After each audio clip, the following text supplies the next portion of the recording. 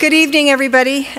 Welcome to Capilano University and to the beginnings of a new season of EarthWorks. EarthWorks is an ambitious initiative that has been spearheaded by faculty, staff, and students from the university's biology, geography, tourism, and liberal studies departments.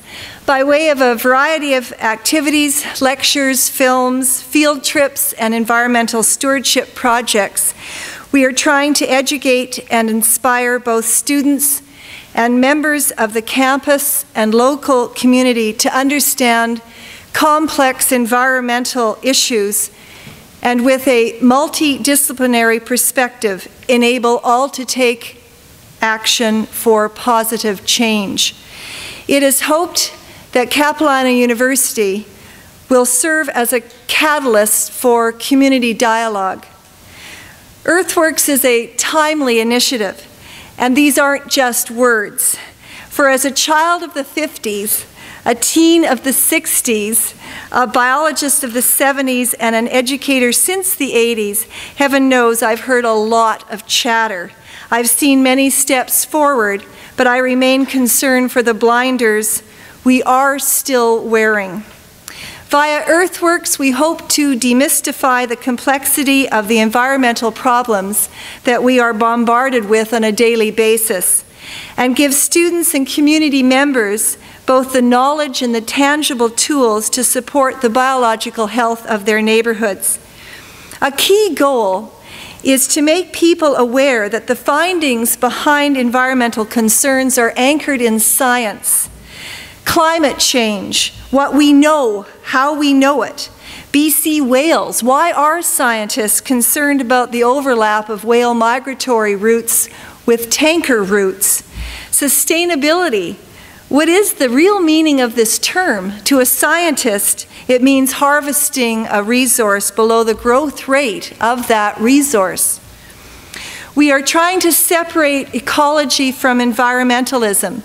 Despite these words being used interchangeably by the media and in conversation, a true distinction between them exists. Ecology is a science. Environmentalism is a concern. We need to combine our scientific knowledge, our reason, with our concern, our passion.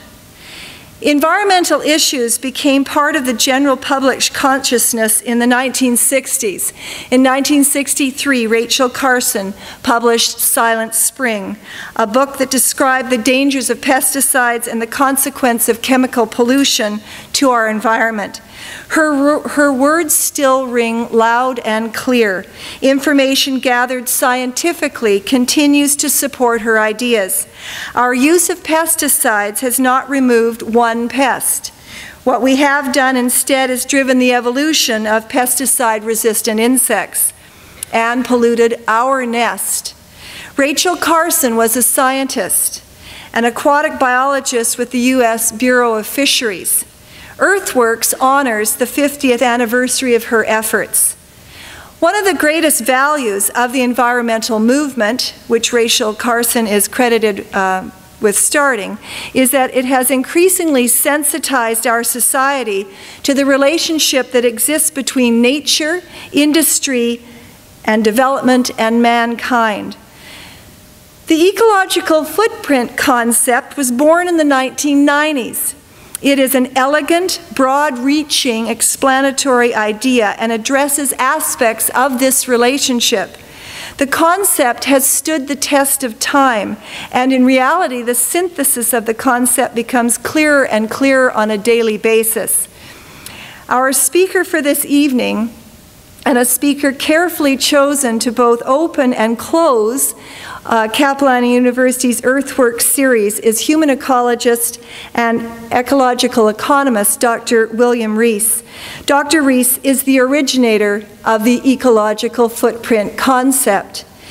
Dr. Rees obtained his PhD in population ecology from the University of Toronto and instructed and conducted research at UBC from 1969 until his recent retirement. He is the founder of UBC's School of Community and Regional Planning's Environmental and Resource Planning concentration and served as director of the school from 1994 to 1999.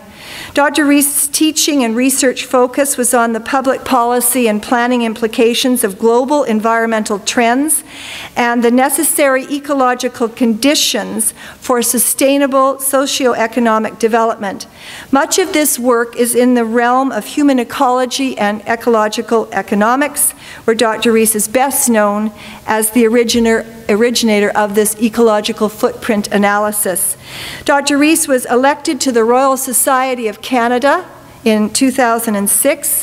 He received the Trudeau Fellowship Prize in 2007. He continues to be recognized globally for his ideas and work, and in 2012 was presented with two very highly regarded awards, the Blue Planet Award for Sustainability and the Kenneth E. Boulding Award from the International Society for Ecological Economics for the development of this ecological footprint concept. We are so very fortunate to have Dr. Rees here this evening, and I welcome you to Capilano University. Thank you very much, Marja. It's a real pleasure and honor to be here this evening to open the series and I guess to close it as well, although some of you may not come back after this evening. So we'll see how that goes. It's actually an honor for me that all of you would choose to show up on such a beautiful evening. There are lots of wonderful things to do in Vancouver, so either you are challenged in terms of your imagination of how to have a good time, or you're being forced to be here because this is a course requirement or something of that nature. At any rate, I do feel honored that you're all here, and I hope you get something worthwhile out of the evening. I'm going to play hardball with you. I am a scientist. I'm familiar with much of the science that Marja referred to around environmental change. I've been working in this domain for many, many years.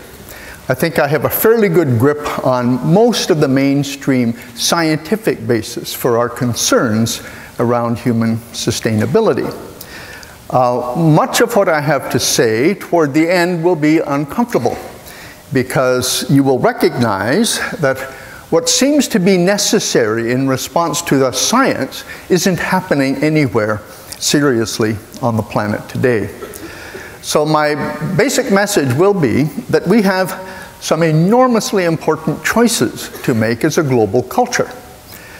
I will make the case that so far we are in a state of gross cultural denial about the nature of reality, that we prefer to subscribe to mythic constructs that have nothing to do with our scientific understanding of our own role in nature, and as a result we continue along economic and social and cultural pathways that are ultimately self-destructive. There's no need for this to happen. There's still time. We certainly have the resources, the intelligence, the capacity in every way to pull out of what seems to be a very difficult, steep dive.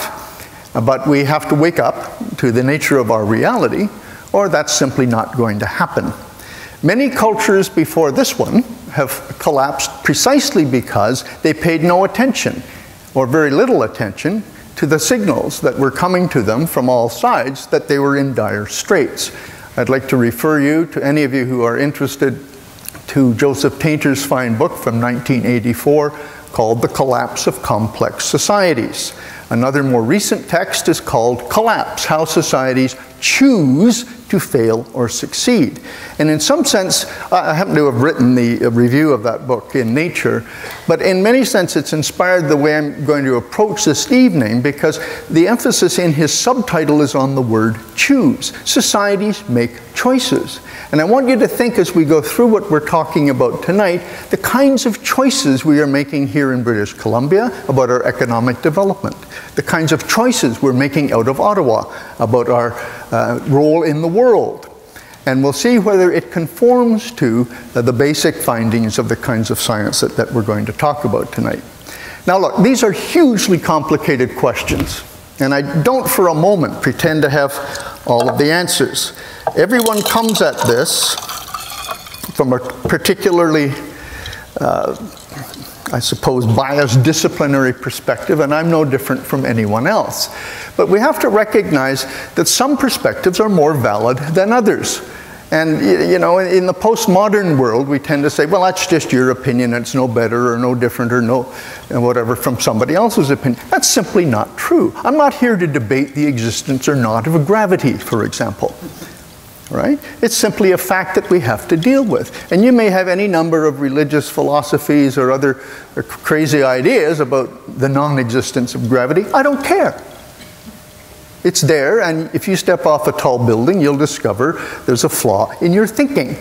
So in many respects, that's the kind of situation I think we're in as a culture tonight. Now, as I say, this is a very complicated set of issues. I can barely touch the surface. I feel almost like a fraud because it's skipping a stone over a very deep pond. We're just getting at the surface. But I know many of you are transdisciplinary scholars, so I want to draw together a number of threads to show you how all of this begins to fit together. And the first comes from my own discipline of population ecology. And the words of Thomas Malthus way back in 1798 when he wrote his famous essay on population. He was aware of two simple mathematical relationships. The fact that human populations, like the populations of all organisms, are capable of growing exponentially. We could only bring land into production in a linear manner. Therefore, he argued, we would always be bearing up against our food production capacity. Now, I want to remind you that as we speak tonight, as we speak and listen tonight, about 1 billion people on this planet right now are calorically malnourished, and another 2 billion are nutritionally malnourished. The Malthusian dilemma has not been put aside. It's merely been delayed, and only a fraction of the human population at any time suffers from it. The rest of us don't, for reasons that I will get into in a moment. So Malthus is the framing reference here. And from a biological point of view, he was absolutely correct. Human beings are a member of a group of organisms that biologists, ecologists would call K strategists. K stands for carrying capacity. These are organisms that tend always to press up against the limits of their environment. They do so because they are very long-lived, large organisms. They have very low reproductive rates, but they have high degrees of parental care. They care for their offspring. There's a high rate of survival, therefore, and so the populations are always pressing up against local, certainly local carrying capacities. The blue line represents our biological potential for exponential population growth in an unlimited environment. The red line represents the sigmoid path that K strategists take in their growth as the negative feedback of the environment begins to press against the exponential growth curve. Food starts to run out, resources get scarce, they start to pollute and so on, and so they eventually level off and fluctuate in the vicinity of carrying capacity. That's what Malthus was talking about, and we now understand it reasonably well. Now, there's two qualities here that drive this whole thing. Human beings are an evolved species, and we're no different from any other species in expressing these two qualities. The first is that humans, like all species, will expand to fill all the available habitat. And we're better at it than any other species. There isn't a single hectare of habitable land base on the planet that isn't occupied by human beings right now. And if you heard the news tonight, as I did on the way over, China and Japan are fighting for two little crummy islands that probably couldn't support a half a person. But the point is, that's what we do. We scrabble over the land base, and we've occupied the entire planet. We're just better at it. No other organism, at least advanced vertebrate, has a geographic range as large as the human geographic range. The second thing we do is use up all the available resources. Only in the case of humans, availability is determined by the current level of technology. So if you just think of oil and natural gas, we're literally scraping the bottom of our earthly barrel, drilling 6 kilometers below the surface of the sea and then 2 or 3 more kilometers below the bottom of the ocean to get at those last scrambling accessible bits of fossil fuel. And we will use them all up. The entire economic development plan of Canada right now seems to be based on doing whatever we can to get those fossil fuels out to international markets so that we can prosper on the depletion of the last sources of these resources that seem to be relatively accessible. Now, there's nothing to be ashamed about here, just the way we are. And these qualities gave us enormous survival value earlier on in our evolution. Organisms that didn't have these qualities wouldn't make it in the hardscrabble competition to survive on the planet. And again, we're just better at it than anything else. That's the virtue of technology, okay? Now, that's the biology, the previous slides are the biology. On top of that, we have something called cultural narratives, stories we tell ourselves, which tend to determine how we act out in the world, how we treat other people, how we respond to the environment, so-called, and so on and so forth. Our current dominant global cultural narrative is one based on economic growth, made more and more efficient by globalization and the integration of the world economy to remove barriers to trade, to deregulate, and so on and so forth. Everything we can conceive of to increase the growth rate of the human enterprise. And it's based on statements such as this one. There are no limits to the carrying capacity of the Earth that are likely to bind at any time in the foreseeable future. This is no flake. This gentleman, at the time he made this particular statement, was the chief economist of the World Bank. He then went on to be the president of Harvard University, and until recently was the president of President Obama, no, the chair of President Obama's Council of Economic Advisors. So we're talking about very prominent economists speaking this way about the total absence of limits to human growth. Here are two more just to draw my point together. Robert Solow, the author of this first statement, is a Nobel laureate in economics who won his Nobel Prize for his work on what we call factor productivity, showing that the more efficient we get in using factors of production, the more output we can get from a limited amount of input. And so he would argue, and at least he did back then, he's changed his view somewhat at present, if it's easy to substitute other factors, including just human ingenuity, for natural resources, then in effect the world can get along without natural resources, and exhaustion is merely an event, not a catastrophe. Julian Simon, a professor of management science, business school at the University of Maryland until his death just a few years ago, made statements like this in many, many of his papers. We have in our hands now the technology to feed, clothe, and supply energy to an ever-growing human population for the next 7 billion years. This is such an arithmetically challenged statement that if any of my students submitted this, they'd go back to kindergarten immediately. Take that as a warning. Okay. Somebody can ask me later why it's arithmetically challenged. But the point is, these kinds of statements are repeated over and over again to give us confidence. This is the kind of human hubris that we can, meet any challenge. There's no concern about resource depletion or the state of the environment. Certainly, we needn't worry about energy or anything of that nature. Well, what is the result then of biology reinforced by a cultural worldview or a cultural narrative that reinforces the natural biological tendency to expand? And this is it. By the way, I'm not showing you models. These are real numbers, real data to the extent that we can measure these things. So it's not, you can't criticize the flakiness of the model or the fact that they're, only partial representations of reality and all of that. These are numbers. Okay? And we know that the human population, for example, quadrupled in the 20th century alone, from 1.5 billion to 6 billion people. Now look we take this kind of growth to be normal. If the economy is not growing at 3–4% per year, we start to get a little bit worried. The population, even at the most rapid rate of growth here, was only 2% per year. Okay? We take this to be the norm, but get this, only about 8 or 9 generations of human beings have experienced growth in sufficient quantity even to notice in their lifetimes. If you went back to the Middle Ages, you could live to be 99, some people did, you wouldn't notice any change in anything. In fact, the population might have fallen by 50% if you happened to be around during a plague when it wiped out half your country. So, this flat curve I could extend out to the beginning of modern humans, 50,000 years, and it would be flat. 50,000 years of modern humans and no significant population growth in any particular place. The only growth that really occurred was the migration of people over the surface of the earth as we expanded to fill all the available habitat.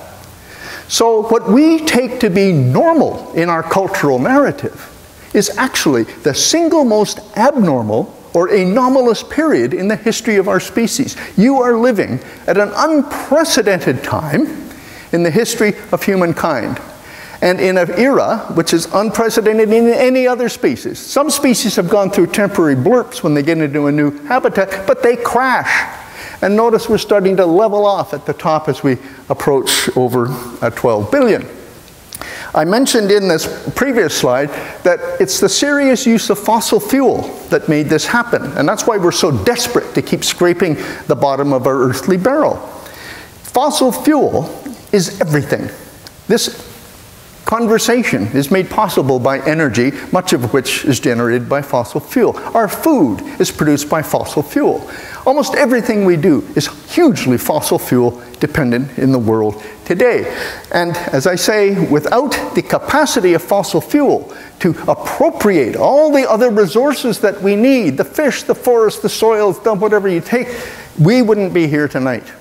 So fossil fuel is key to the survival of modern civilization. And if not fossil fuel, a substitute that can continue to provide the same services that we've been getting from fossil fuel these many years. Now note the shape of this curve. First of all, it's almost identical to the theoretical curve I showed you way back when of a K strategist, which just serves my point, but it's also completely parallel to the growth in our use of fossil fuels. So that by the time we hit 2030, we'll have used 65 times as much fuel over that period of time. The fuel use has increased 65-fold in the last 150, almost 200 years by the time that curve runs its course. So the parallelisms here are by no mistake. You couldn't have the growth of the red curve without this growth in the amount of energy. Now, there are two huge problems with the growth dynamic. And the first has to do with the way we think about ourselves. How many of you ever heard of the environment? How many of you heard of the environment? Come on, is it? All right, we're getting close to 99%. There is no environment. It's a construct of the human mind, okay? At least the way we think about the environment as a separate entity, separate from the human enterprise over here, is a construct. We call it a social construction of reality, okay?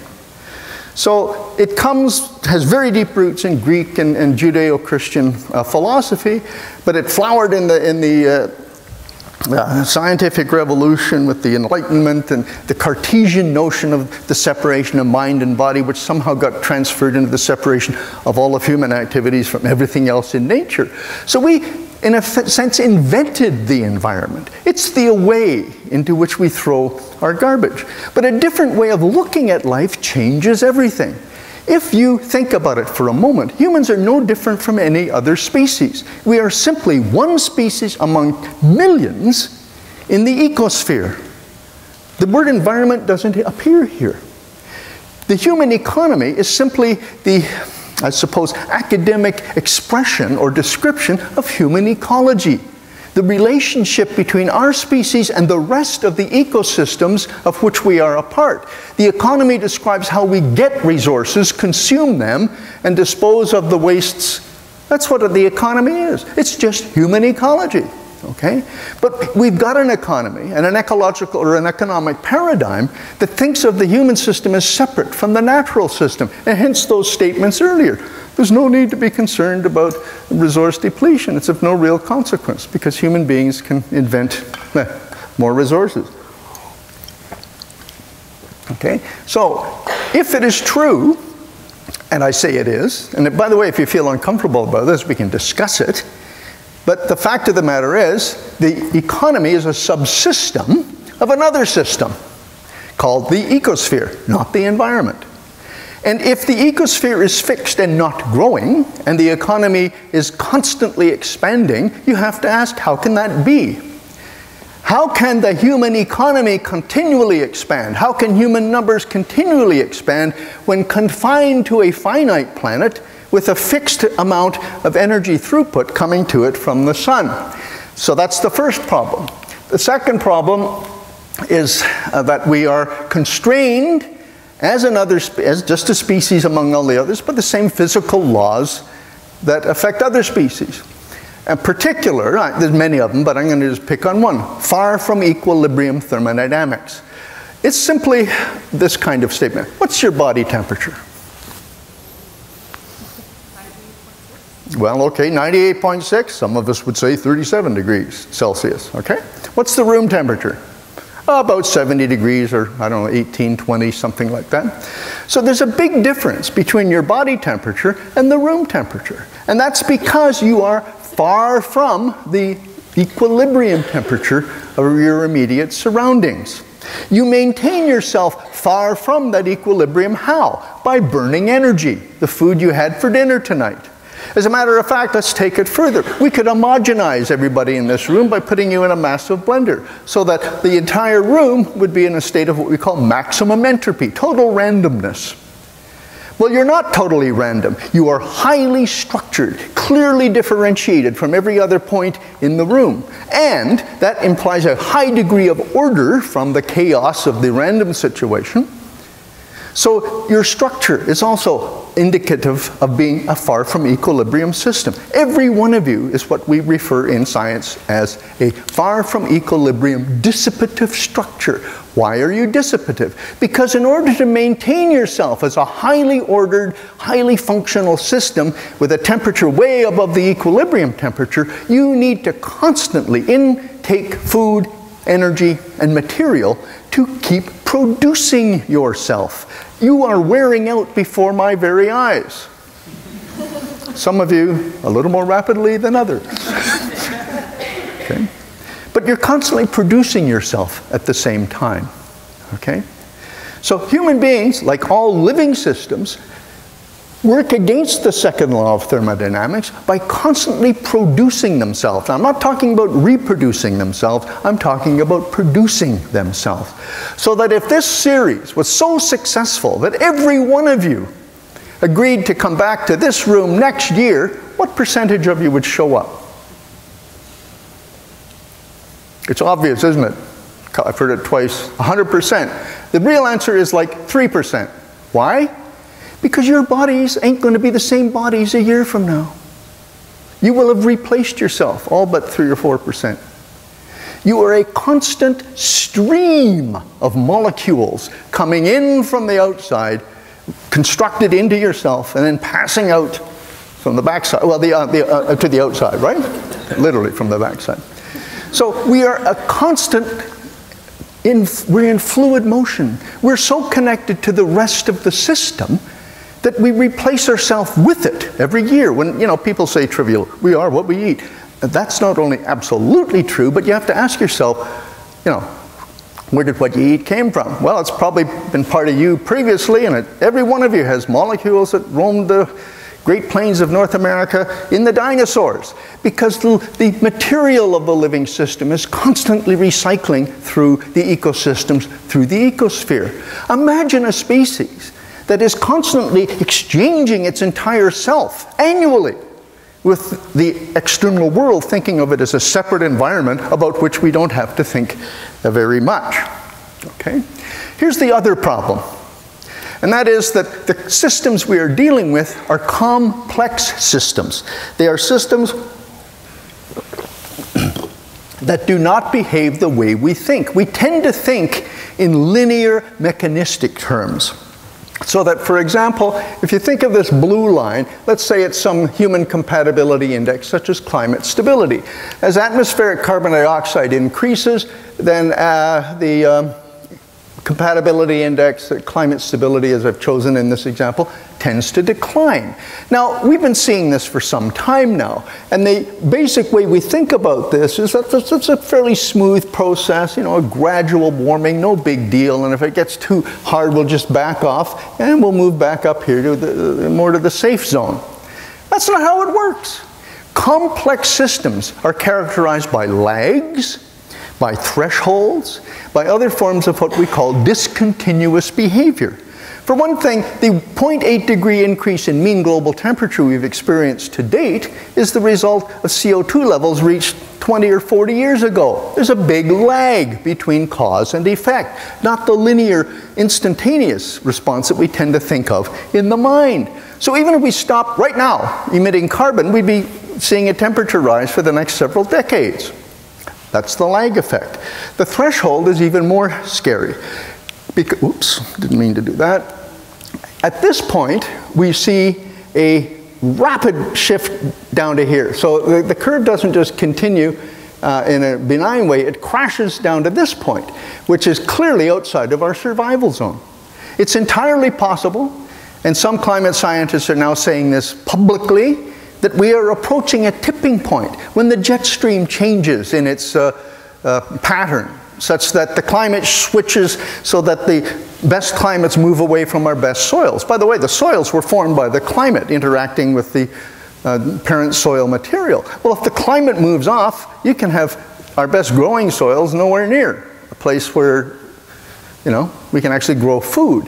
So this is the kind of concern that we have to recognize in the behavior of complex systems. It may crash down to here. If we survive, which we wouldn't in my little model, we'd have to return the climate way, way back here before it jumps up to this situation. So we're confronted over and over again with this kind of complexity in the systems that we are trying to quote-unquote manage.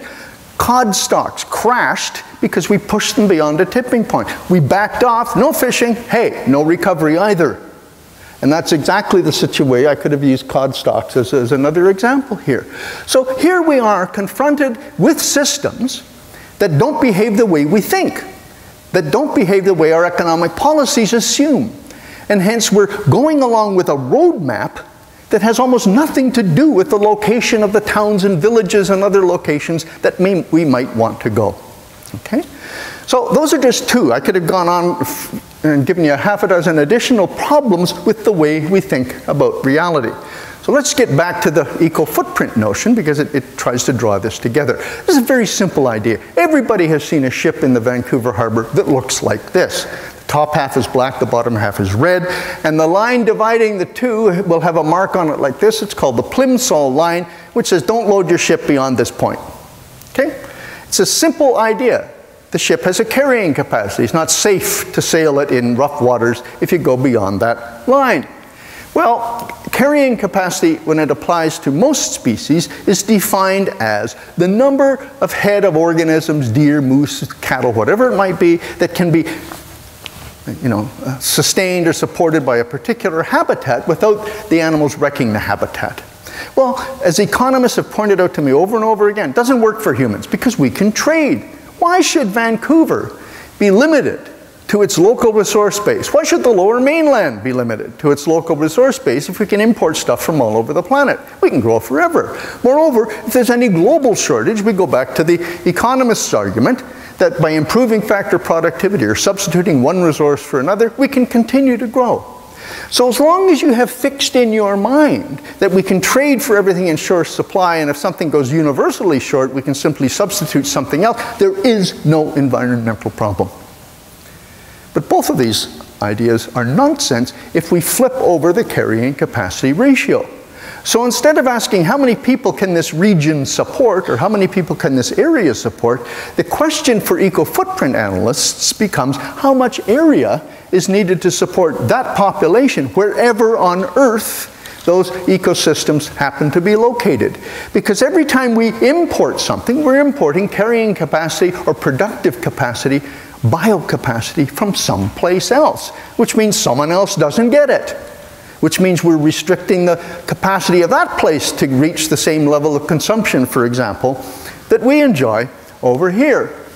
So here's the quick and dirty definition of your ecological footprint. Any population, from an individual to a city to a country to the whole world, the ecological footprint of any specified population is the area of productive land and water ecosystems required on a continuous basis to produce the resources that we consume and to assimilate our waste, primarily carbon dioxide, which, by the way, we don't even think of it as a waste, but it is the single largest waste by weight in every industrial economy on the planet.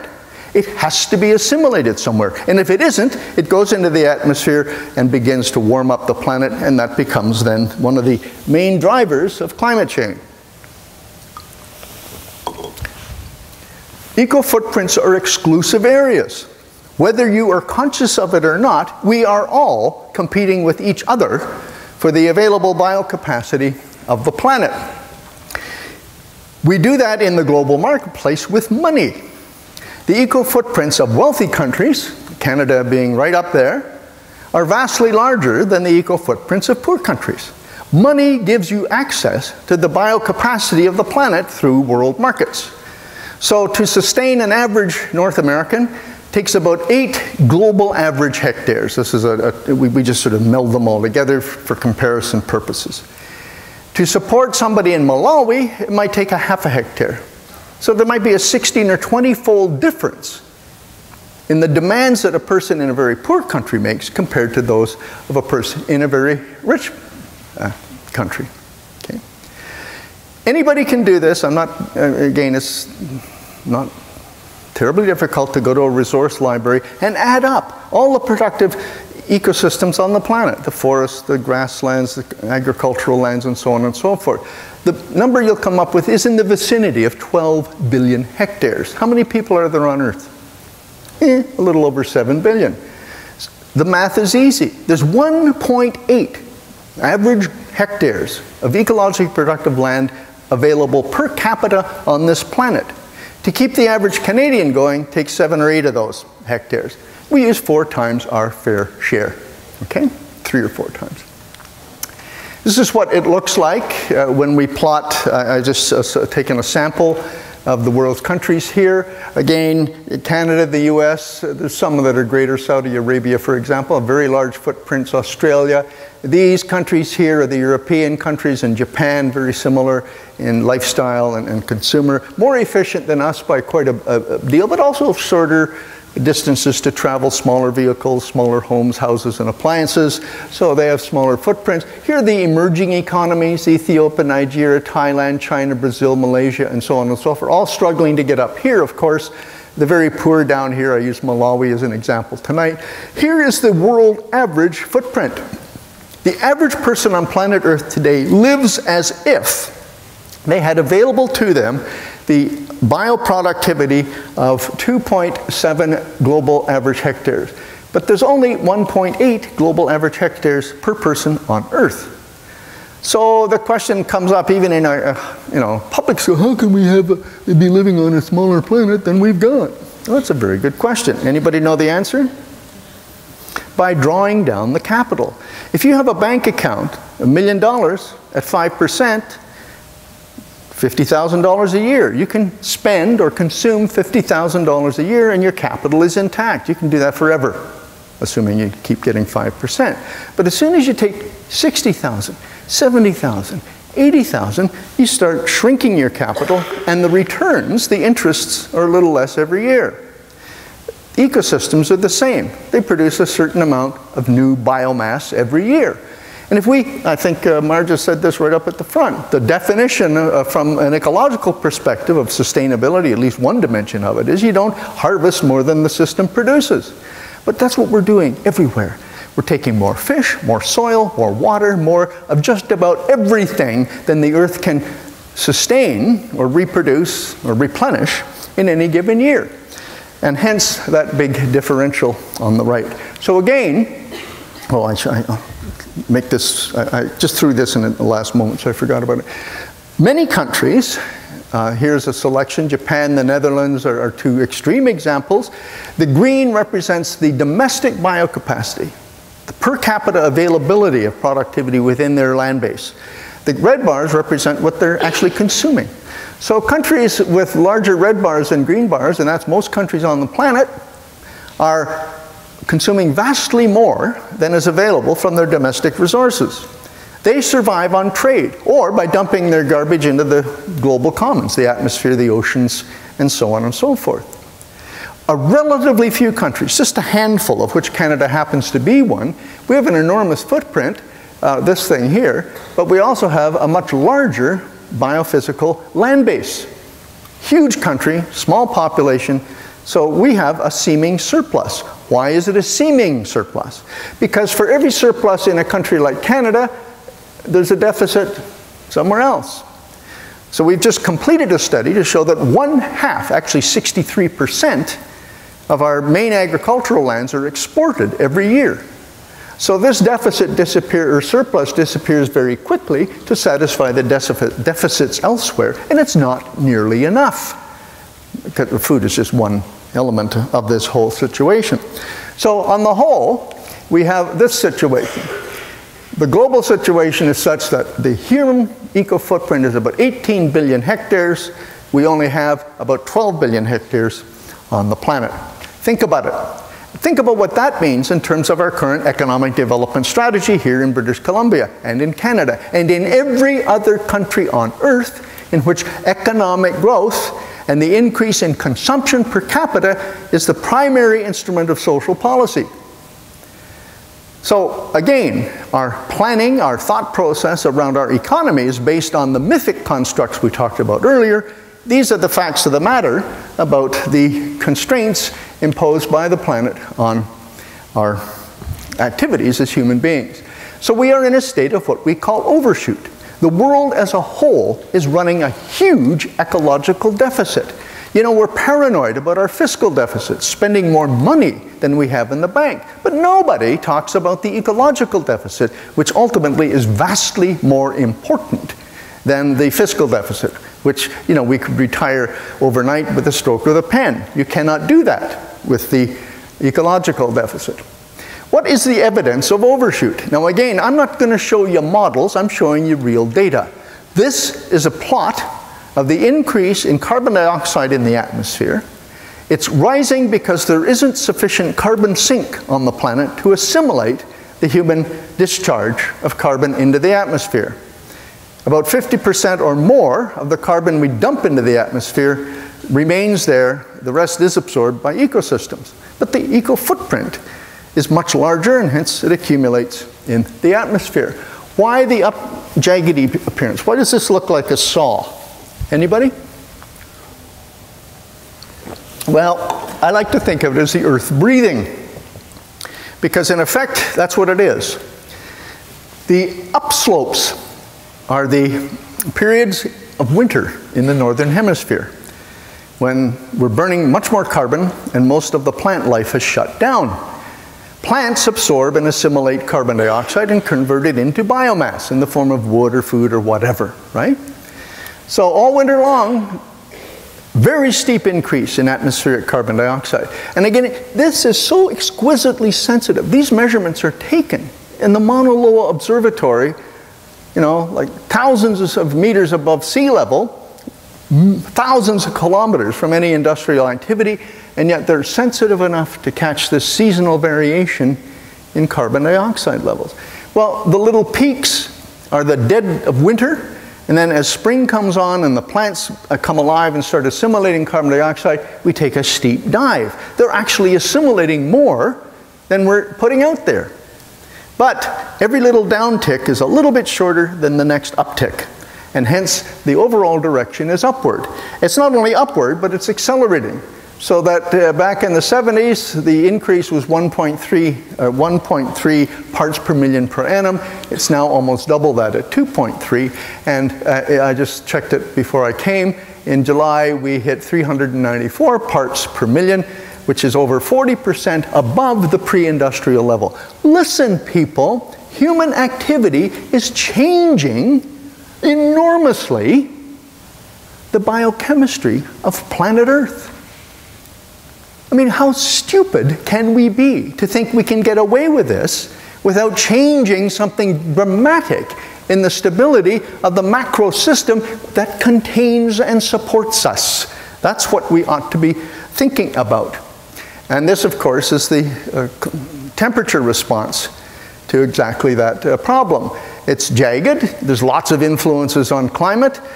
Sometimes one thing is more powerful than the other. You can't take any 2 or 3 or 5 or 10-year period. You have to look at the long trend. The long trend is clearly in the same direction as the greenhouse gas emissions. That's just carbon dioxide. The other greenhouse gases add to it. So things are underway. Well, why is overshoot a problem? Well, think again about that bank account.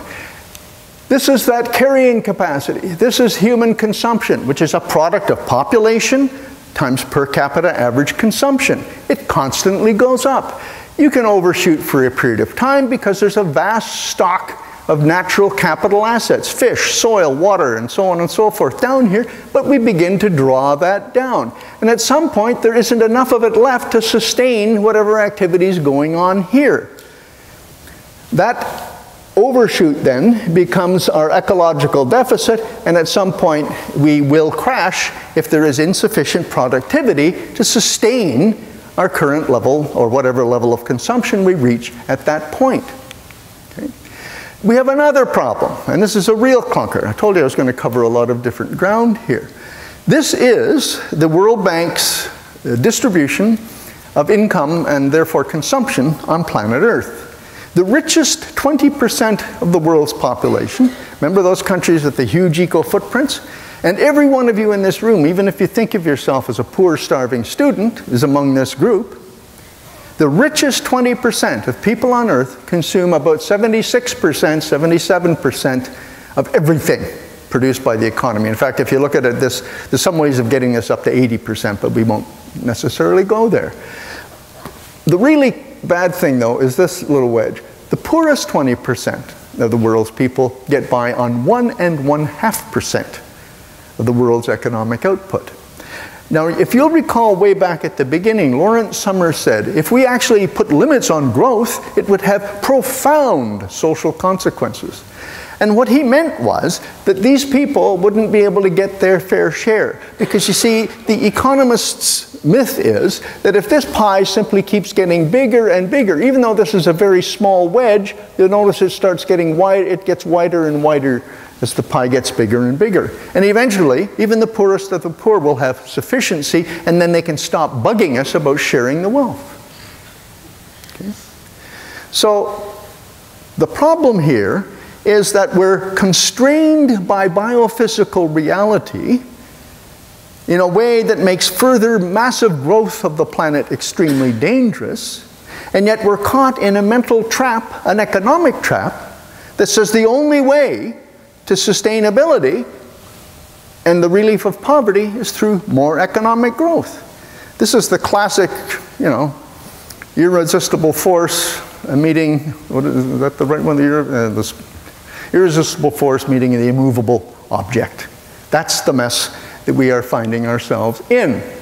One result is that eco-apartheid, I think I've coined this term, I haven't seen other people use it, but I've written about it lately, is a reality on Earth today. Some of you who follow the news may be aware of increasing quasi-concern about the rising income gap, because this distribution is not getting better, it's actually getting worse. It's not only getting worse globally, it's getting worse within nations.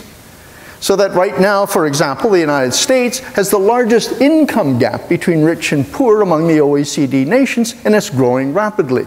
With the top 1%, remember the Occupy Wall Street movement, 1% versus 99%? 1% are getting about 80% of the benefits of growth in recent years. Everybody else gets the remaining trivia. So we're seeing globally, as well as within countries, a separation of people along ecological grounds, where the poor live in the lousiest habitats, the most polluted environments, in areas that are degraded, and so on and so forth, whereas the rich have their havens in the best ecosystems on Earth. Okay? Developing countries will clearly be hit hardest by global change, including climate change. Even Nicholas Stern, who wrote the famous report for Tony Blair's government on the impact of climate change. And his numbers, by the way, are now so superseded by the more recent climate data that this is the gross underestimate. He thought that 5% or more of the world's people are likely to be displaced in this century. That's 350 million climate refugees. More recent data suggest it may be as much as 2 to 3 billion if we suffer a 4-degree increase in mean global temperature, which is where we are currently headed. If all the policies currently advocated by governments were put in place, that's where we're going to go. if the climate science is correct. Now, I think it is. You may have a different view, okay? So here's the kicker. To grow our way to sustainability so that everybody, just the present population, never mind the additional 2 billion we expect, we're to enjoy North American material standards, and that you can see the arithmetic. It's quite simple. We'd need an additional, it's not working, oh, there we go, 3 or 4 planets to sustain everybody at current North American standards. And the reason, again, is simple. If 20% are using 76% of everything and the world's already 50% in overshoot, then to get the other, 80% up to this standard, you got to have those extra planets. And we don't have them. Good planets are hard to find, as some wag said way back in the 70s. Okay? So, how are we dealing with this? How are we dealing with this problem? Well, there are politically acceptable solutions, and there are politically unacceptable solutions. We never hear about the politically unacceptable solutions because we're all afraid to talk about them. The politically acceptable solutions don't work. And I will argue with any of you about any of these or any other solution that you come up with that's politically acceptable. We talk about smart growth. Smart growth. Any growth that increases the human eco-footprint is dumb growth. And smart growth increases the human ecological footprint. Hybrid vehicles are still vehicles that use huge quantities of energy and material. Internalizing all of it. I'm not going to spend a whole lot of time on this. The point of the problem is that all of these methods that we're prepared to discuss, including, in Ottawa, where we talk about reducing the energy intensity of production in Canada, are solutions that increase our eco-footprint a little more slowly than we're currently increasing it. So they're not solutions at all. They're simply buying a wee bit of time, maybe. They're based on efficiency, and it's absolutely the case. We've proved it over and over again that every major step forward in terms of efficiency, in and of itself, does not save energy and material, but rather increases the rate at which people consume everything. Think about it. The more efficient we get, it means that corporations can lower their prices, which means they capture more market share, which means they pay higher wages and salaries to their employees. And as that spreads through the economy, you have a general effect in which, pardon me, cheaper goods and services are pursued by ever-increasing quantities of cash, and so increased consumption is the almost invariable result. Here's our ship once again. This is what happens to a ship when it's overloaded with inefficiently produced goods. Okay? This is a catastrophe. Will you agree? Now, we're going to go and produce a whole bunch of goods much more efficiently. This is what happens when you overload a ship with efficiently produced goods. Did you get that? Okay, I'll do it again. This is a ship overloaded with inefficiently produced goods. The same ship is overloaded with efficiently produced goods. It goes down just as fast. Actually a little faster because consumption increases. Okay?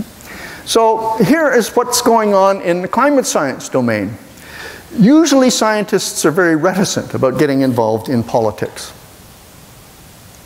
But some of them are now so desperate because they're being ignored universally that they're coming out and making policy-related statements.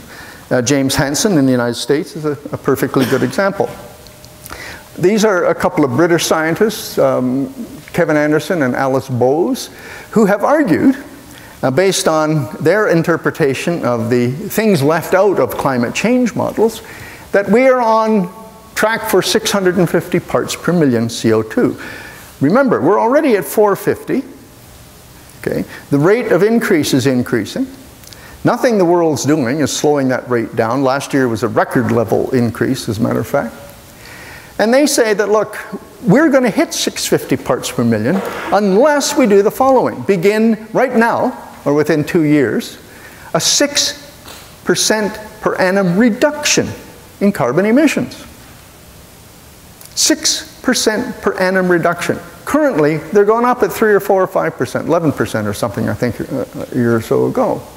Now, 650 parts per million implies a 50% or better chance of experiencing 4 degrees in warming. This is what a 4-degree world looks like. I guess I lied to you before, because this is a model. We're not there yet. This is what models tell us a 4-degree world might look like. A world 4 degrees warmer than the current world is. The brown areas are uninhabitable desert. The yellow areas are getting close to it. Okay? So this is uninhabitable due to floods, drought, or extreme weather. Uninhabitable desert is yellow, actually. Look at the proportion of the world that is covered with brown and yellow. It includes much of India and China, much of Africa. That's about 3 billion people right there. So where are these folks going to go when the landscape that they occupy becomes uninhabitable? Well, they're going to try to get to places like Canada, which looks like it's pretty well off, except of course our climate for growing will be up here in the tundra where the soils aren't adequate. So this is not a very pleasant kind of scenario, if indeed it unfolds in this manner. And by the way, 3 years ago, or was it 2 years ago, Australia had the hottest year on record, and the country looked just about like this. Okay? So this is just a model, but we're already seeing hints of that model unfolding. This year in the United States, unprecedented drought. Okay? And I mean unprecedented. Anything you've read about the worst drought having been in the 30s is not true. This year is the worst on record. 3 standard deviations above the mean for a 50-year period of climate records was what the temperature. So this is so improbable that it's clearly associated with macro climate change going on the planet. Many think tanks have been through these data and come up with these kinds of statements. You can download this report. It's called The Age of Consequences. I've got quotes from 2 of its authors I took from the press release when the report came out. The report predicts an inevitable scenario in which people and nations are threatened by massive food and water shortages, devastating natural disasters, and deadly disease outbreaks. Poor countries, remember my term ecological apartheid, could go through a 30-year process of kicking people away from the lifeboats as the world's poorest face the worst environmental consequences of change. These things are already happening. Not in full flood, but they're already happening at the margin. Watch your food prices in the coming year. Watch the prices of energy. So if we apply, and I want to underscore something, human beings have a number of qualities that are unique. I showed you earlier some that we share with other organisms. But we have unique qualities, such as high intelligence, the capacity to reason logically from the data. Okay? These are data. Another quality is the capacity to plan ahead, to use those data, our logical analysis, to change the future. I taught in a planning school for 40 years. That's the basic philosophy. So we can make a better future if we choose to do so. Another quality of humans is our capacity to make moral judgments, to distinguish right from wrong. Is it right on a planet stressed to the limits for 20% of the people to consume 76% of everything, while another 20% consume only 1.5% of global output? These are moral questions. How much is the moral question part of our national debate about Canada becoming one of the world's largest exporters of climate change? Are you satisfied as a Canadian that last weekend in The Sun, we had a full-page interview with Joe Oliver, our Minister of Energy, about why we should be developing the oil sands? Not one mention by either him nor the interviewer of climate or the morality of developing these oil sands in the current circumstances. It's not on the political table. These are not the kinds of conversations we have in polite company. Because if we took them seriously and exercised our moral judgment, our capacity to argue from reason, and our ability to plan ahead, we wouldn't be doing what we're doing today. Okay? Which leads to the really inconvenient truth. And it's not as if we've not known about this for a while. Back in the 90s, there was the World Business Council on Sustainable Development. in a report called Getting Eco-Efficient, argued that industrial world reductions in material consumption, energy use, and so on must reach 90% if we're going to have sufficient ecological space for the poor to live adequately on a constrained planet. 90%. Now, our ecological footprint work is much more conservative, but our estimates for the rich countries are not that far off. Europe should be reducing its eco-footprint, its consumption of energy and material, by about 60%. In North America, 75%. And you know what? It's entirely possible to do this with available technology if we combine it with other programs such as ecological tax reform, the carbon taxes and so on, needed to force the economy to bring into play these available technologies. They cost more, and therefore they're uncompetitive with energy prices as low as they are today. We need to change the circumstances so that the economy adapts to do the right thing, okay? But we don't want to hear that. This is a beautiful cartoon. The inconvenient truth is to be avoided at all costs.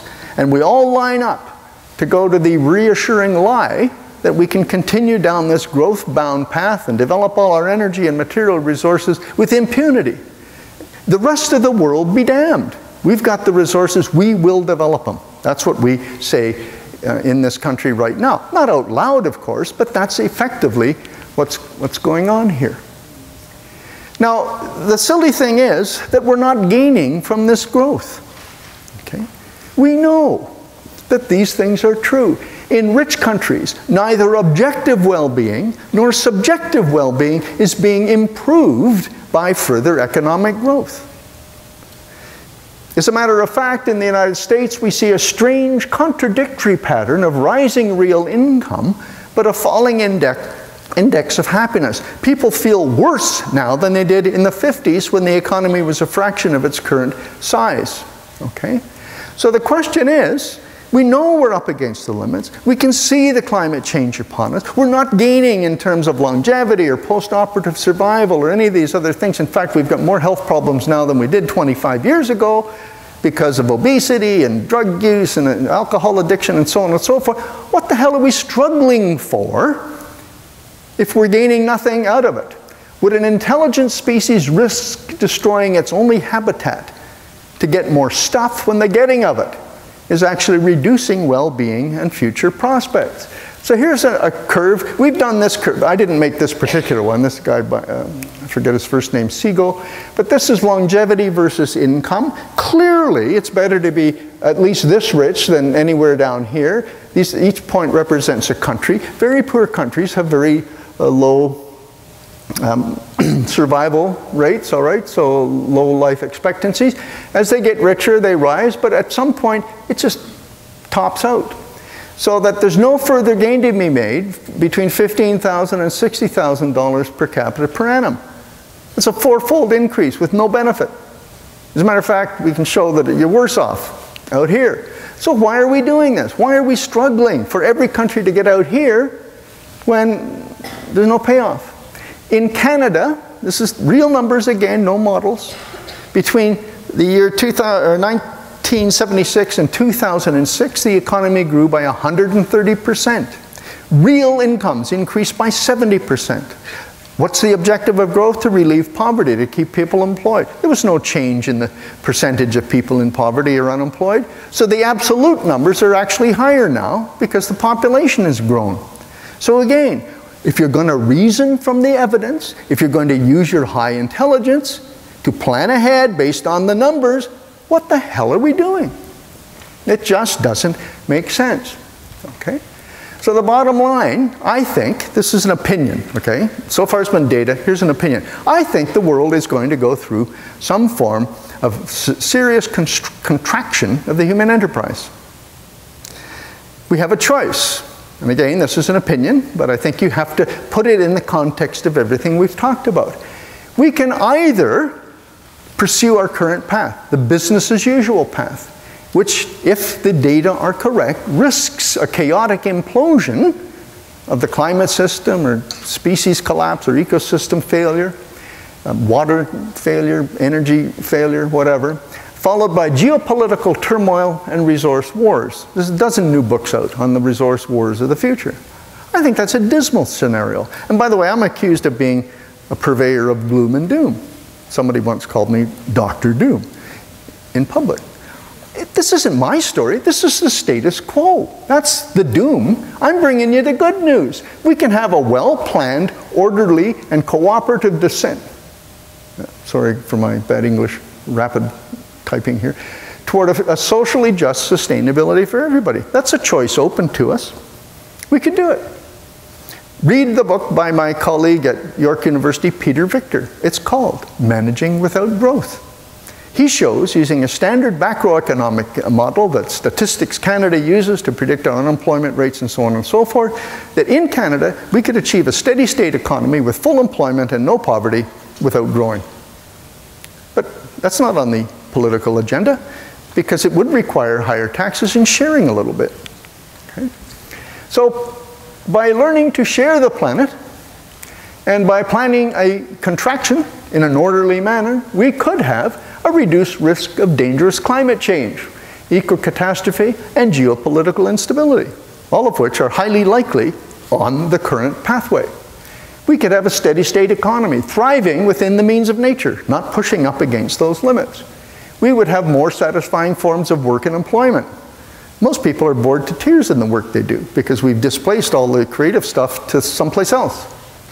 More satisfying, greater job security, greater regional economic diversity, increased self-reliance, reduced trade reliance. By the way, you know what globalization is? Those of you who are watching the previous slides will realize that those countries with those huge deficits need globalization to keep alive, let alone to grow. Globalization has become a form of colonialism by legal commercial means. That's all it is. It's the way in which rich, powerful countries extract resources from poorer countries, or countries that happen to have a superabundance like Canada. And they do it without territorial occupation. So global trade achieves through commerce what used to require territorial occupation. But the point is, it makes people continue to grow, or enables them to do so, oblivious of the fact that they're drawing down resources all over the place, so that we all hit the global ceiling at the same time. So, with a planned slowdown, we could have enhanced food security and other resource securities. And by the way, we'd have more spare time for personal development, family relationships, community engagement, and just simply goofing off. Which, by the way, we all should do a hell of a lot more of. Why engage in such a rat race that is causing us, a third of the people in North America, to be virtual drug addicts, trying to relieve the tension of the rat race? So, I know what choice I'd make. Thank you very much for your patience.